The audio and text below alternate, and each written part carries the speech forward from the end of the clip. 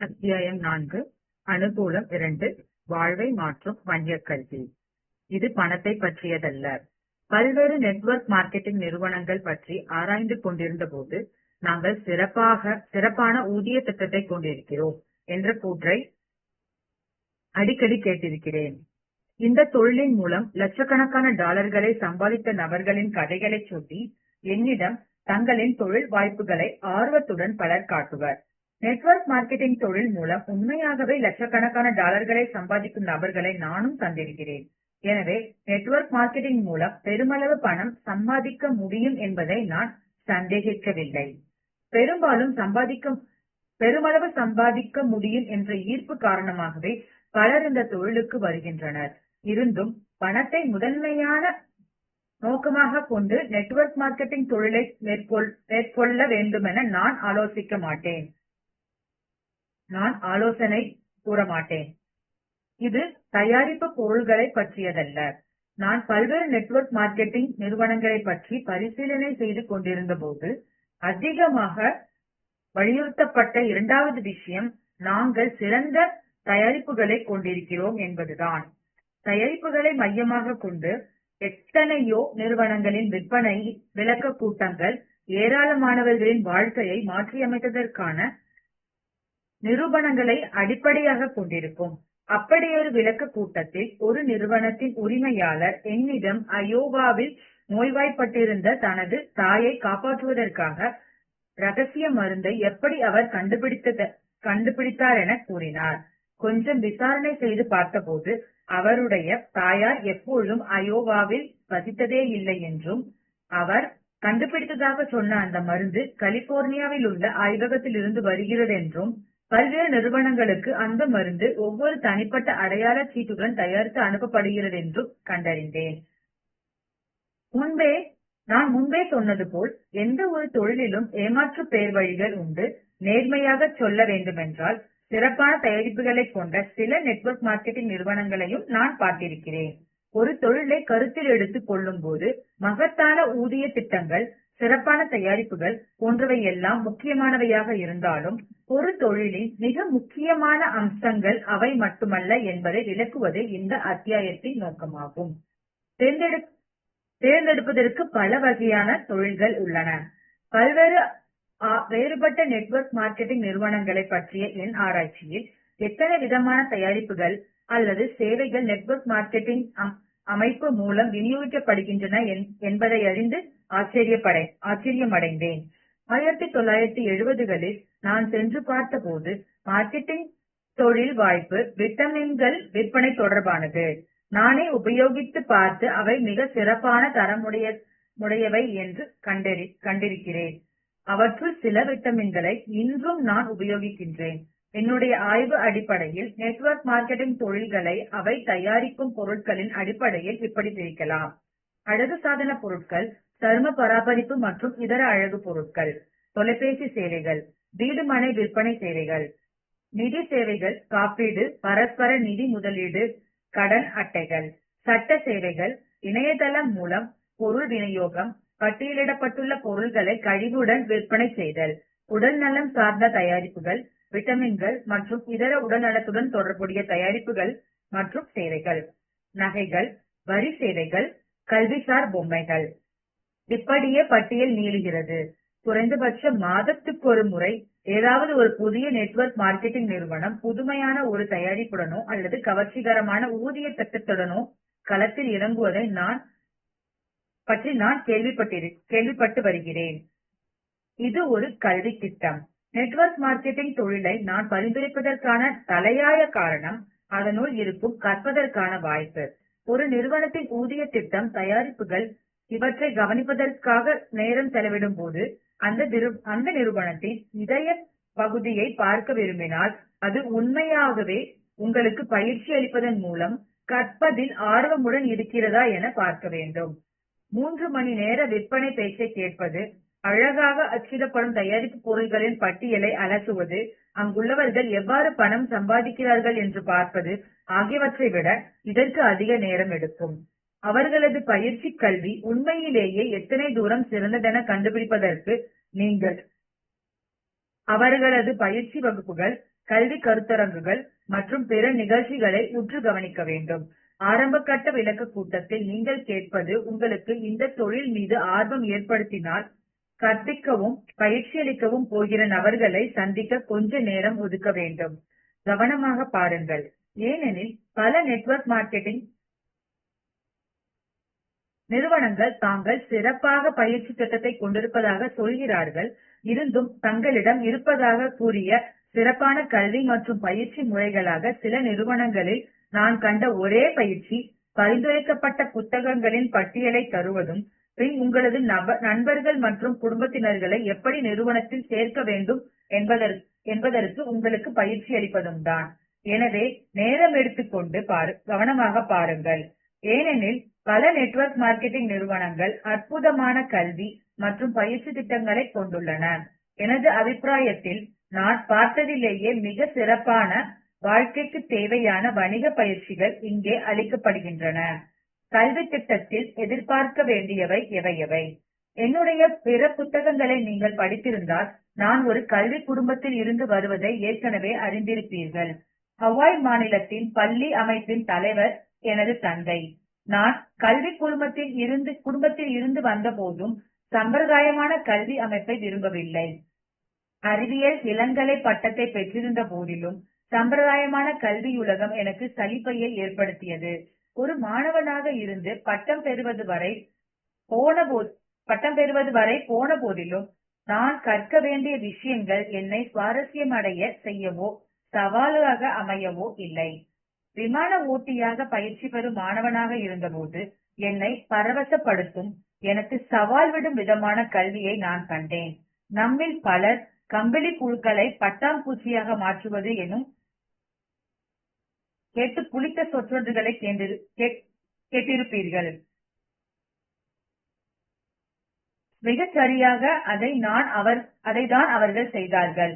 நான் விமான பயிற்சி பள்ளிக்குள் நுழைந்த போது 4 வருட ராணுவ பயிற்சி பெற்றிருந்த அதிகாரியாக இருந்தபோதும் விமான பயிற்சி பள்ளிக்கு வந்த பெரும்பாலான மாணவர்கள் கல்லூரி படிப்பை அப்போதுதான் முடித்து வந்திருந்தனர். ஹிப்பிக்களின் காலமான அந்த காலகட்டத்தில் மிகவும் வினோதமான குணாதிசயமுடைய சிலர் சாதாரண உடையில் நின்றிருந்தனர். நீண்ட முடியும் குறுந்தாடியும் மீசையும் இன்னும் சிலர் செருப்புகளுடன் வந்திருந்தனர். அவர்கள் வாழ்க்கையையே மாற்றியமைக்கும் கல்வி திட்டத்தை தொடங்க ஆயத்தமாக இருந்தனர். பயிற்சியில் அவர்கள் தாக்குப்பிடித்தால் 2 அல்லது 3 வருடத்திற்கு பின் வண்ணத்து பூச்சிகளாக உலகிலேயே சில கடினமான சாகசங்களை மேற்கொள்ள தயாராக இருக்கும் விமான ஓட்டிகளாக உருவாவார்கள். டாம் க்ரூஸ் நடித்த டாப் கன் திரைப்படம் அமெரிக்க கடற்படை விமான பயிற்சி மையம் எப்படி மிக சிறந்த கம்பளி புழுக்களை வண்ணத்து பூச்சிகளாக மாற்றியது என்பதை விளக்கும் படம். வியட்நாம் போவதற்கு சற்று முன்பு டாப் கன் பயிற்சி மையம் அமைந்துள்ள கலிபோர்னியாவில் உள்ள சாண்டியாகோவில் தங்கியிருந்தேன். அந்த கௌரவம் மிக்க பள்ளியை பொறுத்தவரை நான் கருத்தில் எடுத்துக் கொள்ளப்பட வேண்டிய சிறந்த விமான ஓட்டி இல்லை எனிலும் அந்த படத்தில் இளம் விமான ஓட்டிகள் வெளிப்படுத்திய தன்னம்பிக்கையையும் சக்தியையும் எங்களின் பெரும்பாலானோரை போருக்கு செல்ல தயாராக இருந்த போது உணர்ந்தோம். பறக்க தெரியாத இளைஞர்கள் என்ற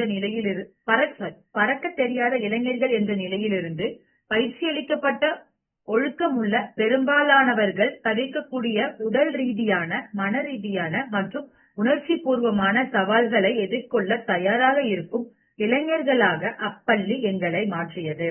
என்னிலும் எனது சக மாணவ விமான ஓட்டிகளுடன் கண்ட மாற்றத்தையே வாழ்க்கையை மாற்றியமைக்கும் கல்வி என கூறுகின்றேன். விமான பயிற்சி பள்ளியிலிருந்து வியட்நாமுக்கு சென்றது என் வாழ்க்கை ஒருபொழுதும் அதே வாழ்க்கையாக இல்லை. விமான பயிற்சி பள்ளிக்குள் நுழைந்த அதே நபர் அல்ல நான். போர் முடிந்து பல ஆண்டுகளுக்கு பின் எனது சக விமான ஓட்டிகள் பலர் தொழில் உலகில் மிகவும் வெற்றிகரமாக நபர்களாக ஆயினர். நாங்கள் ஒன்று கூடி பழைய போர்க்கதைகளை பேசும்போது எங்கள் தொழில் வெற்றிகளில் விமான பயிற்சி பள்ளியின் பயிற்சி மகத்தான விளைவுகளை உண்டு பண்ணியது என அடிக்கடி குறிப்பிடுவோம். எனவே வாழ்க்கையையே மாற்றியமைக்கும் கல்வியை பற்றி நான் பேசும்போது உருமாற்றம் என்னும் செயல்முறையை நிகழ்த்தும் கம்பளி புழுவை பட்டாம்பூச்சியாக மாற்றும் ஆற்றல் மிக்க கல்வியை பற்றியே பேசுகின்றேன். நீங்கள் ஒரு நெட்வொர்க் மார்க்கெட்டிங் நிறுவனத்தின் கல்வி திட்டத்தை நோக்கும்போது உங்கள் வாழ்வில் பெரிதும் மாற்றங்களை ஏற்படுத்தும் ஆற்றல் மிக்க கல்வி திட்டத்தையே நான் பரிந்துரைக்கின்றேன். இருந்தும் விமான பயிற்சி பள்ளியை போன்றே அனைவருமே அந்த கல்வி திட்டத்தின் மூலம் அந்த மாற்றத்தை சாதித்துவிட முடியாதென எச்சரிக்கை செய்கின்றேன்.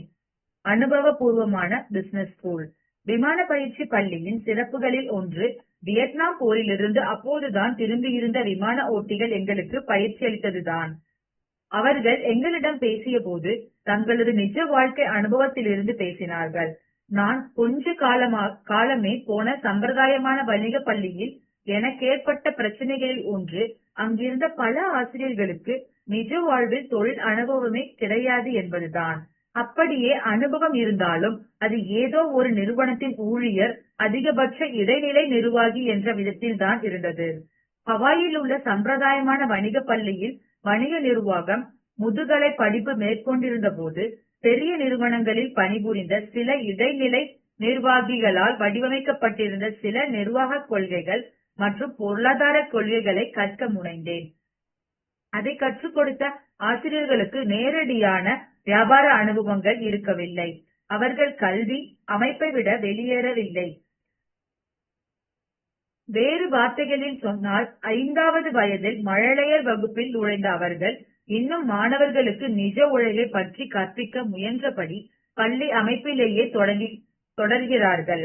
எண்ணளவில் அத்தகைய ஓர் அமைப்பு நகைச்சுவையாகப்பட்டது. வணிக நிர்வாகத்துக்கான முதுகலை பட்டம் பெற்ற நான் வணிக பள்ளிக்கு சென்றதற்கான காரணம், நான் ஒரு தொழில் முனைவோராக விரும்பினேன். ஏதாவது ஒரு நிறுவனத்தில் வேலை பார்ப்பதற்கு என்னை தயார் செய்து கொள்வதற்காக அல்ல. அங்கு கற்றுக் கொடுக்க வந்த பெரும்பாலான ஆசிரியர்களுக்கும் இடைநிலை நிர்வாகிகளுக்கும் அடிமட்டத்தில் இருந்து ஒரு தொழிலை தொடங்க என்ன செய்ய வேண்டும் என்பது பற்றி ஒன்றும் தெரியாது. அவர்களில் பெரும்பாலானோர் தொழில் முனைவோர் அல்ல, ஊழியர்கள். வீதியில் தாக்குப்பிடிக்க என்ன வியாபார திறமைகள் வேண்டும் என்பது பற்றி எதுவும் தெரியாது. ஏனெனில் அவர்களின் பலர் நிஜ தொழில் உலகத்தில் வீதிகளில் எப்பொழுதும் இருந்ததே கிடையாது. வேலை உத்தரவாதம், நல்ல சம்பளம் இவற்றிற்கு அடிமையானவர்களே பெரும்பாலானவர்கள். வேறு வார்த்தைகளில் சொன்னால், பெரும்பாலானோரிடம் சிறப்பான வணிக கொள்கைகள் இருந்தன, ஆனால் வணிக திறமைகள் இருக்கவில்லை. அத்தகைய திறமையே ஒருவரை அடிப்படையிலிருந்து தொழிலை தொடங்கவும் நிஜ வணிக உலகிற்கு பெருஞ்செல்வத்தை திரட்டவும் உதவும்.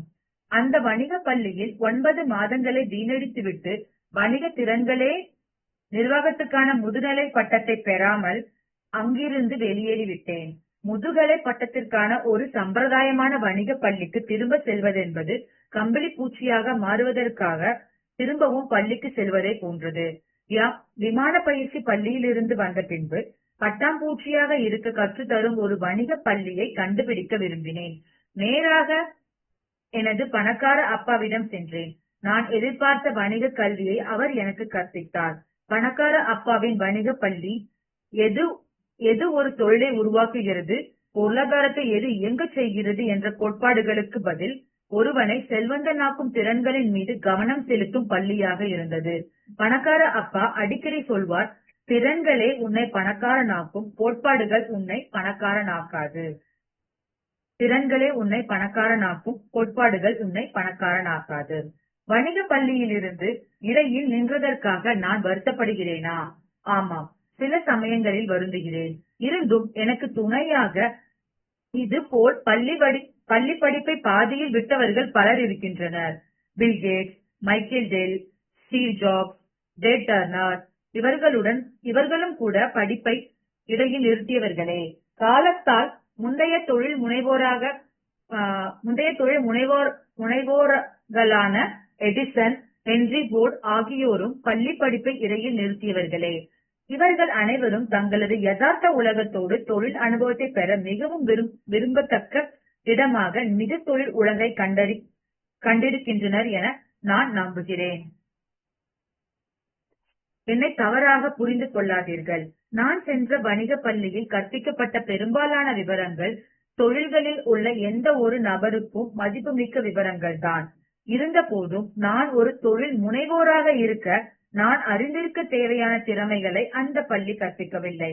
அதற்கு பதில் அந்த சம்பிரதாய வணிக பள்ளி ஒரு ஊழியனாக இருக்க தேவையான திறமைகளை எனக்கு கற்பித்தது. அதிலிருந்து விலகிய வெகு விரைவிலேயே நான் முதல் நைலான் மற்றும் வெல்குரா பர்ஸ் நிறுவனத்தை தொடங்கி 500க்கும் மேற்பட்ட விற்பனை பிரதிநிதிகளுடன் அதனை உலக அளவில் எடுத்து சென்றேன். 30 வயதில் நான் கோடீஸ்வரரானேன். அடுத்த 2 வருடத்தில் அந்த தொழில் முடங்கியது. ஒரு தொழிலை இழப்பதென்பது மகிழ்ச்சிகரமான அனுபவமல்ல என்றாலும் அது ஒரு மகத்தான பாடம். 3 வருடங்களின் தொழிலை பற்றி மட்டுமல்லாமல் என்னை பற்றியும் நான் நிறைய அறிந்து கொண்டேன். உலகளவிலான ஒரு தொழிலை உருவாக்கி அதனை இழப்பதென்பது உறுதியாக வணிக கோட்பாடின் அடிப்படையிலான ஒரு கல்வி அல்ல. என்னை பொறுத்தவரை அது ஒரு விலைமதிப்பற்ற கல்வி. அது என்னை மிக பெரிய பணக்காரனாக்கியது. முக்கியமாக அக்கல்வி என்னை சுதந்திரமாக்கியது. வணிக நிர்வாகத்தின் முதுகலை பட்டத்துடன் வேலை தேடும் கம்பளி புழுவாக என்னை மாற்றும் கல்வியை நான் விரும்பியிருக்கவில்லை. என் தொழில் வீழ்ச்சிக்கு பின் பணக்கார அப்பா என்னிடம் கூறினார், பணமும் வெற்றியும் என்னை கர்வம் பிடித்தவனாகவும் முட்டாளாகவும் ஆக்கும். இப்போதிருக்கும் ஏழ்மையும் அடக்கமும் நீ மறுபடியும் மாணவனாக இருப்பதற்கு உதவும். இந்த புத்தகத்திற்கு பிறருக்கு உதவ விரும்புபவர்களுக்கான பிசினஸ் ஸ்கூல் என தலைப்பு வைத்ததற்கான காரணம், பெரும்பாலான நெட்வொர்க் மார்க்கெட்டிங் தொழில்களில் அவ்வாறுதான் மக்களுக்கு உதவக்கூடிய கல்வி வணிக பள்ளிகளாக இருக்கின்றன என்பதால் தான். அவை ஒரு தொழில் முனைவோருக்கான யதார்த்தமான திறமைகளை கற்றுக்கொள்ள விரும்புவோருக்கான வணிக பள்ளியாக இருக்கின்றன. சில நெட்வொர்க் மார்க்கெட்டிங் தொழிலுக்கான பயிற்சிகளில் கலந்து கொண்டதன் மூலம் நான் சில தலைவர்களை சந்தித்தேன். கையில் இருப்பதை கொண்டு நிஜ உலகில் தொழில் நிறுவனர்களாக மாறிய தலைவர்கள் அவர்கள். அவர்களில் பலர் சிறந்த ஆசிரியர்கள். ஏனெனில் அவர்கள் கோட்பாடுகளை கற்பிக்காமல் அனுபவங்களிலிருந்து கற்பித்தனர். பல தொழில் கருத்தரங்குகளில் அமர்ந்து யதார்த்த தொழில் உலகில் வீதிகளில் தாக்குப்பிடிக்க என்ன செய்ய வேண்டும் என்பது பற்றிய அவர்களின் நேரடி பேச்சை கேட்டு ஆமோதிப்பாய் நான் தலையசித்தபடி இருந்துள்ளேன். யதார்த்த உலகில் தொழில் திறமைகளை விடவும் மிக முக்கியமாய் இந்த உலகில் வெற்றிகரமாக இருக்க தேவையான யதார்த்த அறிவு மற்றும் உணர்வு பூர்வமான மனப்பாங்குகளையும் அந்த தலைவர்கள் கற்பித்தனர். சில கருத்தரங்குகளில் நான் கண்ட கல்வியானது விலை மதிப்பற்றதாக இருந்தது. குறிப்பாக வண்ணத்து பூச்சியாக மாற விரும்பும் எவரொருவருக்கும் அது பெரிதும் விலை மதிப்பற்றதாகும். கருத்தரங்கு முடிந்ததும் பல சமயங்களில் நான் அந்த பயிற்சியாளர்களிடம் பேசுவேன். தங்களது தொழிலில் இருந்து மட்டுமல்லாது முதலீடுகளிலிருந்து எவ்வளவு பணம் சேர்த்திருக்கிறார்கள் என்பதை எண்ணி வியப்படைவேன். சில அமெரிக்காவின் முன்னணி நிறுவனங்களின் தலைமை நிர்வாக அதிகாரிகளை விட இவர்களில் சிலர் அதிகம் சம்பாதித்தனர். ஒரு சம்பிரதாய வணிக பள்ளியில் இருந்த ஆசிரியர்களை விடவும் நிச்சயமாக அவர்கள் மேலான விதத்திலேயே கற்பித்தனர். இது தவிர எந்த ஆசிரியரிடமும் மேலும் ஏதோ ஒரு சிறப்பு இருந்தது. அவர்கள் பணக்காரர்களாக இருந்ததால் கற்பிக்க வேண்டிய தேவையும் அவர்களுக்கு இல்லை. இருந்த போதிலும் அவர்களுக்கு கற்பித்தலும் சக மனிதனுக்கு உதவுவதிலும் ஆர்வம் இருந்தது. ஒரு சிலரை மட்டுமே முன்னுக்கு கொண்டு வருவதும் தொழிலாளர் கூட்டத்தை நல்ல ஊதியத்துடனே திருப்தி அடைய செய்வதும் தான் சம்பிரதாயமான பெரும் நிறுவனங்கள் மற்றும் அரசாங்க தொழில்களின் அடிப்படையாக இருந்தது. மாறாக நெட்வொர்க் மார்க்கெட்டிங் தொழிலின் அடிப்படை அதன் தலைமை பொறுப்பில் இருப்பவர்கள் அவர்கள் அதில் இருப்பவர்களை மேலே கொண்டு வருவதாகும். இதுவும் அந்த தலைவர்களின் ஆர்வத்துக்கான காரணங்களில் ஒன்றாகும். நெட்வொர்க் மார்க்கெட்டிங் உலகில் உள்ள இந்த ஆசிரியர்கள் நீங்கள் சரியாக செயல்படவில்லை என்றால் வேலையை இழந்து விடுவீர்கள் என்று சொன்னதில்லை. மாறாக மேலும் மேலும் சிறப்பாக செயல்பட உங்களுக்கு உதவ என்னை அனுமதியுங்கள் என்று கூறுகிறார்கள். நீங்கள் கற்க எவ்வளவு நேரம் எடுத்துக்கொள்ள விரும்புகிறீர்களோ அவ்வளவு காலம் எடுத்துக்கொள்ளுங்கள். நீங்கள் கற்றுக்கொள்ள விரும்பும் வரை நான் உங்களுக்கு கற்பிப்பதற்காக இங்கு இருப்பேன். நான் ஒரே குழுவில் இருக்கிறோம் என்றும் கூறினார்கள். என்னளவில் இந்த வணிக கல்விக்கு தான் நான் ஆசைப்பட்டேன். எனவே நீங்கள் நெட்வொர்க் மார்க்கெட்டிங் தொழிலில் முன்னணியில் இருப்பவர்களை அந்த தொழிலில் வெற்றிகரமாக இருப்பவர்களை தேடிக் கொண்டிருக்கும் போது அவர்களிடமிருந்து கற்றுக்கொள்ள விரும்புகிறீர்களா என உங்களை நீங்களே கேட்டுக்கொள்ளுங்கள். நெட்வொர்க் மார்க்கெட்டிங் நிறுவனங்கள் கற்பிக்கும் சில முக்கியமான யதார்த்த வாழ்க்கை தொழில் பாடங்கள். 1. வெற்றி மனப்பாங்கு. 2. தலைமை பண்பு திறன். 3. தகவல் தொடர்பு திறன். 4. மக்கள் திறன். 5. பயங்கள், சந்தேகங்கள், தன்னம்பிக்கை குறைவு ஆகியவற்றை வெற்றி காணுதல். 6. நிராகரிக்கப்படுவோமோ என்ற பயத்தை வெற்றி காணல். 7. பண நிர்வாக திறன். 8. முதலீடு செய்யும் திறன். 9. பொறுப்பேற்கும் திறன். 10. நேர நிர்வாக திறன். 11. குறிக்கோள் உருவாக்கம். 12. வெற்றிக்கு இசைவாக ஆடை அணிதல். நெட்வொர்க் மார்க்கெட்டிங் தொழிலில் நான் சந்தித்த வெற்றிகரமான நபர்கள் நெட்வொர்க் மார்க்கெட்டிங் பயிற்சி திட்டங்களிலிருந்து மேற்குறிப்பிட்டுள்ள திறன்களின் பலவற்றை வளர்த்துக் கொண்டிருந்தனர். நீங்கள் நெட்வொர்க் மார்க்கெட்டிங் அமைப்பில் முன்னணிக்கு வருவதோ அல்லது பெருமளவில் பணம் சம்பாதிப்பதோ ஒரு பெரிய விஷயம் அல்ல.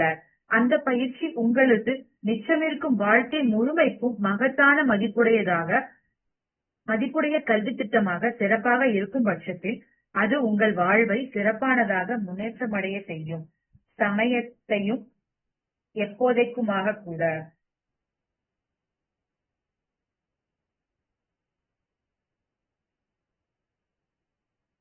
எது வாழ்க்கையையே மாற்றும் கல்வி?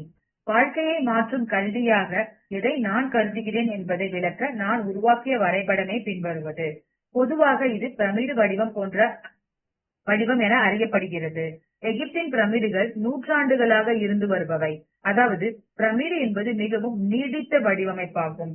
நூற்றாண்டு காலமாக அறிஞர்கள் இயற்கை அல்லது பிரபஞ்ச விதி 4 மூலமாக இயங்கி வருகிறது என நம்பி வருகின்றனர். உதாரணத்திற்கு 4 பருவ காலங்களை குறிப்பிடலாம். வேறு வார்த்தைகளில் சொன்னால், உண்மையான வாழ்க்கையை மாற்றும் கல்வி பயனுள்ளதாக இருப்பதற்கு கற்றல் பிரமிடின் 4 புள்ளிகளையும் அது அவசியம் பாதிக்க வேண்டும். அந்த 4 புள்ளிகள் இவைதான்: மனம்சார் கல்வி, உணர்ச்சிசார் கல்வி, உடல்சார் கல்வி மற்றும் ஆன்மீக கல்வி. மனம்சார் கல்வி. சம்பிரதாயமான கல்வி பிரதானமான மனம்சார் கல்வியின் மீது கவனம் செலுத்துகிறது. அது வாசித்தல், எழுதுதல், கணிதம் போன்ற மிகவும் முக்கியமான திறன்களை உங்களுக்கு போதிக்கிறது. அவை பல சமயங்களில் புலனறிவு திறன்களை எனப்படுகின்றன. சம்பிரதாய கல்வியில் நான் விரும்பாத விஷயங்களில் எதுவெனில், உடல்சார், ஆன்மீகம் மற்றும் உணர்ச்சிசார் கல்வியின் அம்சங்களை எப்படி அது பாதிக்கிறது என்பதேயாகும். உணர்ச்சிசார் கல்வி. சம்பிரதாய கல்வி குறித்த என் குற்றச்சாட்டுகளில் ஒன்று பய உணர்ச்சிக்கு பலியானது. குறிப்பாக தவறு செய்ய பயப்படுவது கடைசியில் அது தோற்றுவிடுவோமோ என்ற பயத்துக்கும் இட்டுச் செல்கிறது.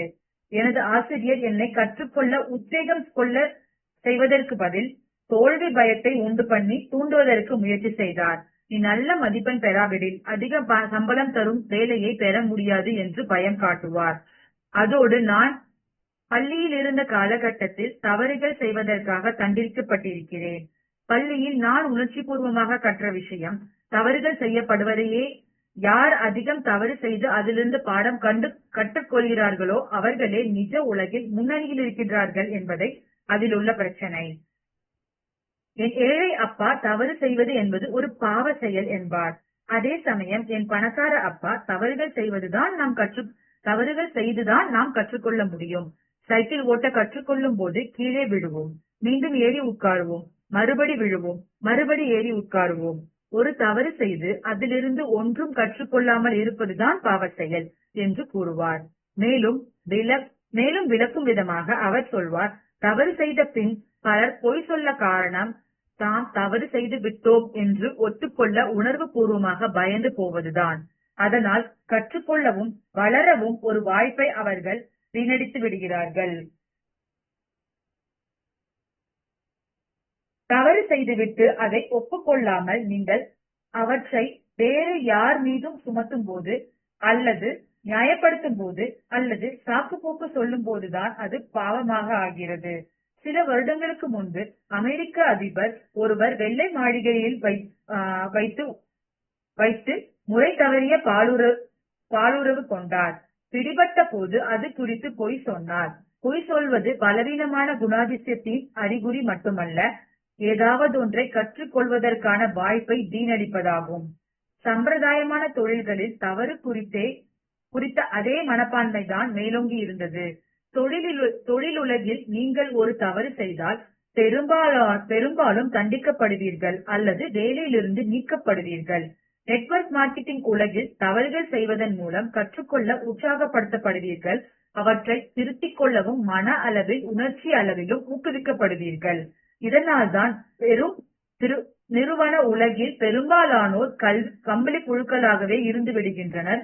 மேலும் நிறுவன உலகின் கூட்டில் தோல்வி பயத்தால் இறுக பொருத்தப்பட்டு வாழும் ஒரு நபர் எப்படி பறக்க முடியும்? நெட்வொர்க் மார்க்கெட்டிங் உலகில் தலைவர்களின் கவனம் யார் சிறப்பாக செயல்படவில்லையோ அவர்களை உற்சாகப்படுத்தி முன்னேற வைப்பதன் மீது இருக்கிறது, அவர்களை ஒழிப்பதில் இல்லை. சைக்கிள் ஓட்டும் போது கீழே விழுவதற்காக தண்டிக்கப்பட்டு சைக்கிள் ஓட்டுவதில் தோல்வியடைந்ததாக சொல்லப்பட்டிருந்தால் நீங்கள் ஒருபோதும் சைக்கிள் ஓட்ட கற்றிருக்க மாட்டீர்கள். பெரும்பாலானவர்களை விட பொருளாதார ரீதியாக நான் வெற்றிகரமாக இருக்கிறேன் என்றால் அதற்கு காரணம் அவர்களை விட நான் புத்திசாலி என்பதால் அல்ல, பெரும்பாலானவர்களை விட நான் அதிகம் தோல்வியுற்றிருக்கிறேன்.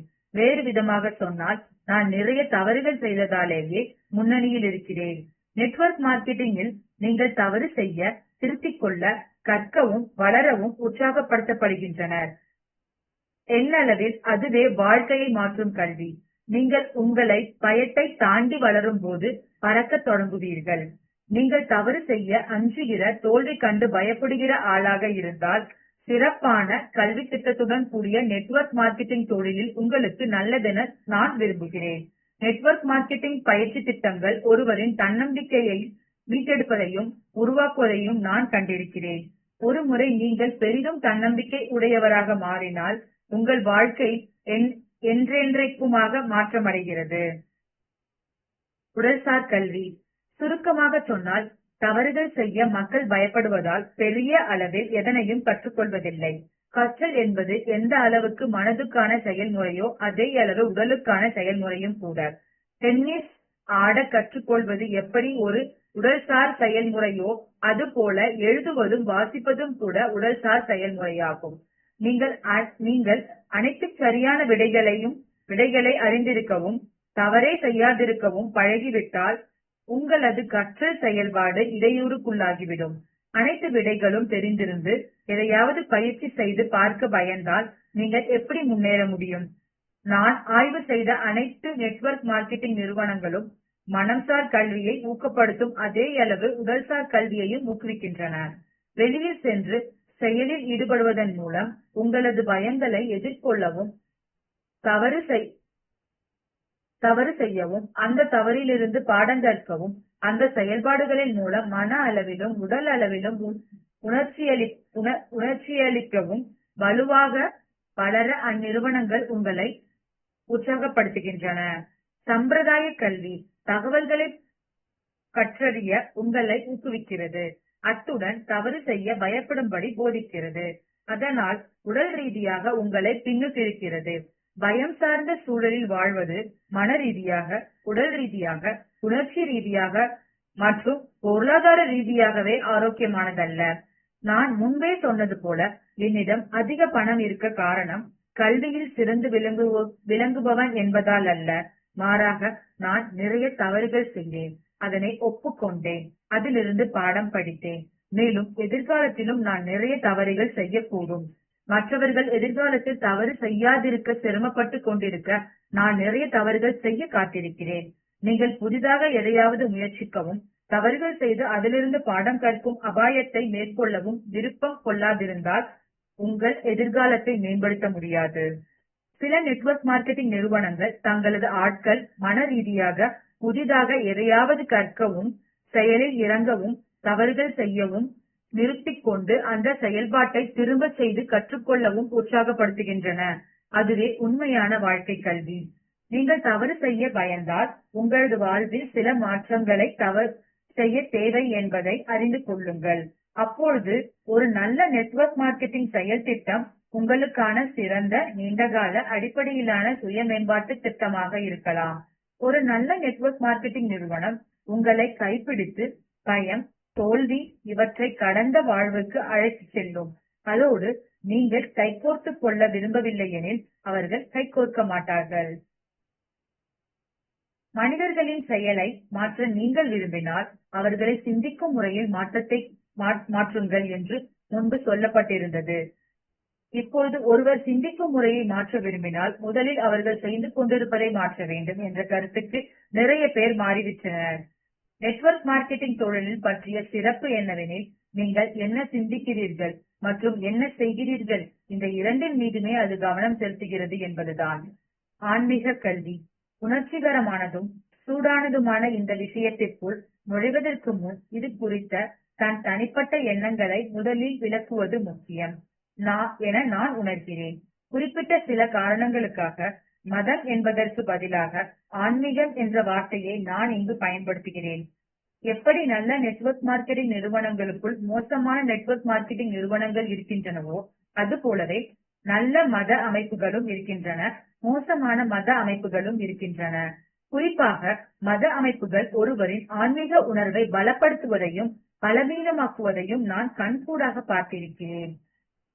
எனவே நான் ஆன்மீக கல்வியை பற்றி பேசும்போது அது மதக்கல்வியை உள்ளடக்கியோ உள்ளடக்காமலோ இருக்கலாம்.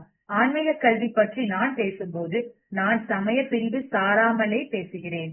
சமயம் என்று வரும்போது மதத்தை தேர்வு செய்யும் சுதந்திரத்தை வழங்கியிருக்கும் ஐக்கிய அமெரிக்காவின் அரசியலமைப்பையே நான் ஆதரிக்கிறேன். இந்த விஷயத்தை பற்றி விவாதிக்க தயங்குவதற்கான காரணம், சிறு வயதில் மதம், அரசியல், பாலுணர்வு மற்றும் பணத்தை பற்றி ஒருபோதும் விவாதிக்காதே என்று எனக்கு சொல்லப்பட்டிருந்தது. நான் அந்த கூற்றோடு ஒத்துப்போவதற்கு காரணம், இந்த விஷயங்களில் கொந்தளிப்பானதாகவும் உணர்ச்சிகரமானதாகவும் விளங்கக்கூடியவை. உங்களது தனிப்பட்ட உணர்வுகளையோ நம்பிக்கைகளையோ புண்படுத்துவது என் நோக்கமல்ல. அவற்றை கொண்டிருப்பதற்கான உண்மை உரிமைகளை நான் மதிக்கின்றேன்.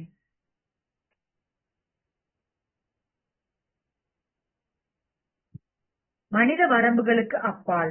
ஒருவரின் உத்வேகத்தை பற்றி பேசும்போது அது மன உணர்ச்சி மற்றும் உடல்சார் வரம்புகளுக்கு அப்பால் முன்னோக்கி செலுத்தும் சக்தியை பற்றியே பேசுகிறேன்.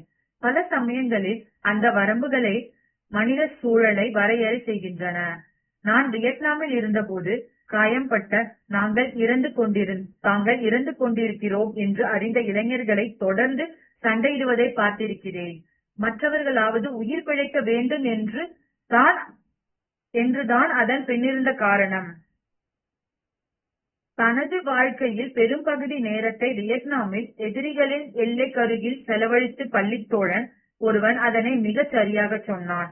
நான் இன்று உயிருடன் இருக்கிறேன் என்றால் அதற்கு காரணம் இறந்து கொண்டிருப்பவர்கள் தொடர்ந்து சண்டையிடுவதால் தான். நான் மட்டுமே உயிர் பிழைத்து இந்த இரு சண்டைகளில் நான் ஈடுபட்டிருக்கிறேன். உங்களது நண்பர்கள் தங்களது உயிரை தந்தால்தான் நீங்கள் வாழ்கிறீர்கள் என்பதை உணரும் போது உங்களது வாழ்க்கை மாற்றமடைகிறது. போருக்கு முன்பான இரவுகளில் நான் விமானம் தாங்கி போர்க்கப்பலின் முகப்பில் கீழே தவழும் அலைகளை பார்த்தவாறு அமைதியாக அமர்ந்திருப்பேன். மௌனமான அந்த நெடும் பொழுதுகளில் நான் என் ஆன்மாவுடன் சமாதானமாக ஒப்பந்தம் ஒன்றை உருவாக்கி கொண்டேன். மறுநாள் காலையில் நான் மீண்டும் மரணத்தை எதிர்கொள்ள நேரிடலாம் என்பதை உணர்ந்தேன். அமைதியும் தனிமையும் மிக்க இந்த நீண்ட மாலை பொழுதுகளில் ஒன்றின் போது மறுநாள் இறந்து போவதென்பது எளிய விடுதலையாக இருக்கும் என்று உணர்ந்தேன். இறப்பதை விட வாழ்வதென்பது பல வழிகளில் கடினமானது என்பதை உணர்ந்தேன். வாழப் போகிறோமோ அல்லது சாகப் போகிறோமோ என்ற சாத்தியக்கூறுடன் ஒரு முறை சமாதானம் செய்து கொண்டு விட்டால் மறுநாள் என் வாழ்வை எப்படி வாழ்வதென்பதென தேர்வு செய்ய முடியும். அதாவது நான் துணிச்சலுடன் பறக்க வேண்டுமா அல்லது பயத்துடன் பறக்க வேண்டுமா என்பதை முடிவு செய்ய இயலும். ஒரு தடவை நான் முடிவு செய்துவிட்டால் என்னை எந்த பொழுதும் மறுநாள் முழுவதும் என்னாலானவரை சிறப்பாக சண்டையிடவும் பறக்கவும் எனது உத்வேகத்தை துணைக்கழைப்பேன். போர் ஒரு விரும்பத்தகாத நிகழ்வு. மனிதர்கள் பிற மனிதர்களுக்கு விரும்பத்தகாத விஷயங்களை செய்ய போர் காரணமாகிறது. இருந்தும் போரில்தான் நான் மிக சிறந்த மனிதாபிமானத்தை கண்டேன். மனித வரம்புகளை தாண்டி மனித ஆற்றல் பற்றிய அறிவை நான் புரிந்து கொண்டதும் போரில்தான். எல்லாவற்றிற்கும் அதோடு நாம் அனைவரும் அந்த ஆற்றலை கொண்டிருக்கிறோம். உங்களிடம் அந்த ஆற்றல் இருக்கிறது என்பதை நான் அறிவேன். இந்த ஆற்றலை காண நீங்கள் போருக்கு போக வேண்டியதில்லை. ஒரு நாள் ஊனமுற்ற இளம் பெண்களும் இளைஞர்களும் கலந்து கொள்ள ஓட்டப்பந்தயத்தை பார்த்து கொண்டிருக்கும் போர் முனையில் நான் உணர்ந்த அதே மனித உத்வேகத்தை உணர வந்தேன். அதில் சிலர் செயற்கை கால்களுடன் வேகமாக தங்கள் மனம் முழுவதையும் அதில் வைத்து ஓடிக்கொண்டிருந்தனர். அவர்களது உத்வேகம் என்னை தொட்டது. ஒரு இளம் பெண் ஒற்றை காலுடன் முழு மனதாக ஓடிக்கொண்டிருந்த கவனத்தின் போது கண்களில் நீர் துளிர்ந்தது. செயற்கை கால்களுடன் ஓடுவதால் அவர்களுக்கு உண்டான வழியை அவர்களது முகத்தில் என்னால் பார்க்க முடிந்தது. இருந்தும் அவர்களது உடலளவிலான வழியை அவர்களது உத்வேகத்தின் ஆற்றலுடன் ஒப்பிட்டால் ஒன்றுமே இல்லை. அவள் அந்த பந்தயத்தில் வெற்றி பெறாத போதும் என் இதயத்தை வென்றெடுத்தாள். அவள் என் ஆன்மாவை தொட்டபோது நான் மறந்து போன ஒன்றையும் நினைவுக்கு கொண்டு வந்தாள். அந்த கணத்தில் இந்த இளைஞர்கள் அவர்கள் தங்களுக்காக ஓடும் அதே அளவு நமக்காகவும் ஓடிக்கொண்டிருக்கிறார்கள் என்று உணர்ந்தேன். நாம் பல சமயங்களில் நம் உத்வேகத்தின் ஆற்றலை சினிமாவால் நினைவுபடுத்திக் கொள்கிறோம்.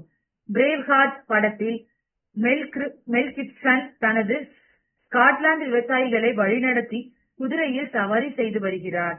அவர்களோ ஆற்றல் மிகு பிரிட்டன் ராணுவத்தை பார்த்து திகிலடைந்து போயிருக்கின்றனர். மெல் கிப்சன் உணர்ச்சி கொப்பளிப்பாக அவர்கள் நம்மை கொல்லலாம், ஆனால் அவர்களால் நமது சுதந்திரத்தை பறிக்க முடியாது என்று முழங்குகிறார். அவர்களது உணர்ச்சிகளை தூண்டுவதன் மூலம் பயிற்சி குறைபாடு மற்றும் வலிமை குறைந்த ஆயுதங்களால் ஏற்பட்ட பய உணர்ச்சியை அவர் வென்றெடுக்கிறார். அவர் அவர்களது உத்வேகத்தை தூண்டி உலகிலேயே மிகவும் சக்தி வாய்ந்த இராணுவத்தை தோற்கடிப்பார். நெட்வொர்க் மார்க்கெட்டிங்கில் உள்ள வெற்றிகரமாக தலைவர்கள் மனித உணர்வுகளுடன் பேசுவதற்காக திறமையை வளர்க்க பயிற்சி பெற்றிருப்பதை நான் கவனித்திருக்கின்றேன். அவர்களுக்கு பின்னால் வந்து கொண்டிருப்பவர்களின் மகத்துவத்தை தொட்டெழுப்பி அவர்களை முன்னேற்றவும் மனித வரம்புகளுக்குள் அவர்களது சந்தேகம் மற்றும் பயத்துக்கும் அப்பால் இட்டு செல்லக்கூடிய திறனை கொண்டிருக்கின்றனர். அதுவே வாழ்வை மாற்றும் கல்வியின் சக்தி. என் பணக்கார அப்பா என்னிடம் பல சமயங்களில், குறிப்பாக நான் பணம் அல்லது தன்னம்பிக்கை குறைவாக இருந்த சமயங்களில் இவ்வாறு கூறியிருக்கிறார்.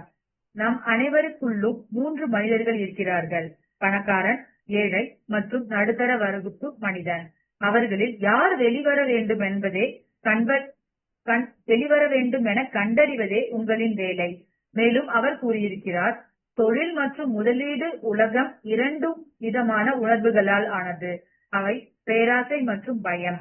பெரும்பாலானோர் பணக்காரர்களாக இல்லாமல் இருப்பதற்கான காரணம் பேராசை அல்ல, பயம்தான்.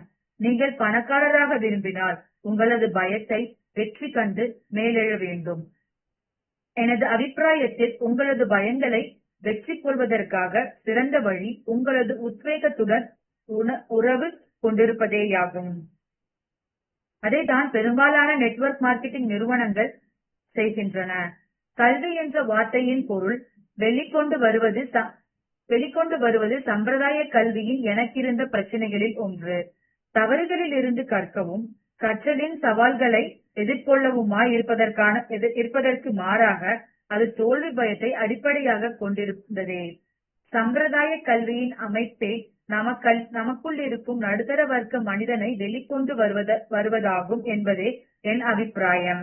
பாதுகாப்பின்றி உணரும், நல்ல சம்பளம் கொண்ட வேலை தேவைப்படும், தவறு செய்ய பயந்தபடி வாழும், ஏதாவது வித்தியாசமாக செய்து பார்த்தால் தங்களை பற்றி நண்பர்கள் என்ன நினைப்பார்கள் என்று கவலைப்படும் நபர்களையே சம்பிரதாய கல்வி வெளிக்கொண்டு வருகிறது. பெரும்பாலான நெட்வொர்க் மார்க்கெட்டிங் நிறுவனங்களை நான் ஆதரித்ததற்கும் இந்த புத்தகத்திற்கு பிறருக்கு உதவ விரும்புபவர்களுக்கான பிசினஸ் ஸ்கூல் என தலைப்பு வைத்ததற்குமான காரணம், நெட்வொர்க் மார்க்கெட்டிங் நிறுவனங்களில் நான் கண்ட கல்வி வகை உங்களில் பல பணக்காரர்களை வெளிக்கொண்டு வரும் கல்வியாகும். நான் அதனை வாழ்க்கையையே மாற்றியமைக்கும் கல்வி வகைகளில் ஒன்றாக மதிப்பிடுகிறேன். சுருக்கமாக, நான் என்னுடைய முதல் நிறுவனத்தை நைலான் மற்றும் வெல்புரா பர்ஸ் தொழில்களை இழந்தபோது என்னுடைய பணக்கார அப்பா எனக்கு வாழ்த்து சொன்னார். பல $1 மில்லியன் கல்விக்கு நீ பணம் செலுத்தியிருக்கிறாய், அவ்வளவுதான். நீ பெரும் பணக்காரராக ஆவதற்குரிய வழியில் இருக்கிறாய் என்றாய் அவர். மேலும் பெரும்பாலானோர் தங்களுக்குள் இருக்கும் பணக்கார நபரை ஒருபோதும் கண்டடையாததற்கான காரணம் அவனுக்குள்ளிருக்கும் ஏழை நபர் தொடர்ந்து தவறுகள் செய்வது தவறென சிந்திப்பதேயாகும் என்றார். என் வாழ்க்கையில் சம்பிரதாய கல்வியிலும் வாழ்வை மாற்றும் கல்வியிலும் இருக்கும் மதிப்பீடுகளுக்கு இடையே உள்ள வித்தியாசம் நமது தவறுகளிலிருந்து கற்றுக்கொள்வதற்கும் தவறு செய்வதற்காக தண்டிக்கப்படுவதற்கும் இடையே உள்ள வித்தியாசமேயாகும். அத்தோடு வாழ்வை மாற்றும் கல்வி மனித உத்வேகத்தின் மீது மன ரீதியான, உணர்ச்சி ரீதியான அல்லது உடல் திறன்களை சார்ந்த குறைபாடுகளை வெற்றி காணும் சக்திமிக்க உத்வேகத்தின் மீது மதிப்பை வைக்கிறது. அடுத்த அனுகூலம். எனது ஏழை அப்பா வேலை உத்தரவாதத்தை உயர்வாய் கருதினார். என் பணக்கார அப்பா பொருளாதார சுதந்திரத்தை உயர்வாய் கருதினார். அடுத்த அத்தியாயத்தில் வேலை உத்தரவாதத்தை தேடும் ஒரு நபரிலிருந்து பொருளாதார சுதந்திரத்தை தேடும் ஒரு நபராக மாறுவதில் உள்ள அனுகூலம் குறித்து நாம் விவாதிக்க உள்ளோம். கேஷ் ஃப்ளோ வரைபடத்தில் ஒரு கட்டத்திலிருந்து மற்றொரு கட்டத்திற்கு மாறுவதிலிருந்து அது துவங்குகிறது. வேறு மெதுவாக கூறுவதானால், ஒரு வேலையிலிருந்து மறுவேலைக்கு மாறுவதெல்லாம் ஏன் வாழ்க்கையே மாற்றியமைக்காது என்பதை நீங்கள் காண்பீர்கள்.